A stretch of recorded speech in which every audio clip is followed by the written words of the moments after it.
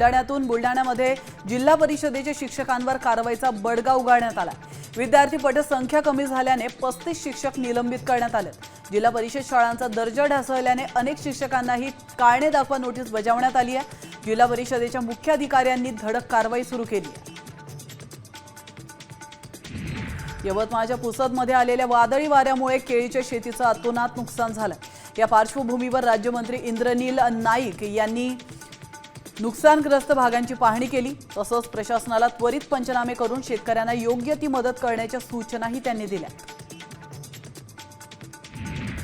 तब्बल 7 दिवसानंतर माजी आमदार बच्चू कडू यांनी अन्नत्याग आंदोलन मागे घेतलंय।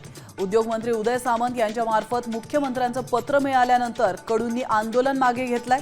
तर डॉक्टरांच्या सल्ल्यामुळे तुर्तास आंदोलन मागे घेतोय। मात्र 2 ऑक्टोबरपर्यंत मागण्या मान्य न झाल्यास पुन्हा आंदोलन करू असा इशाराही कडूंनी दिला।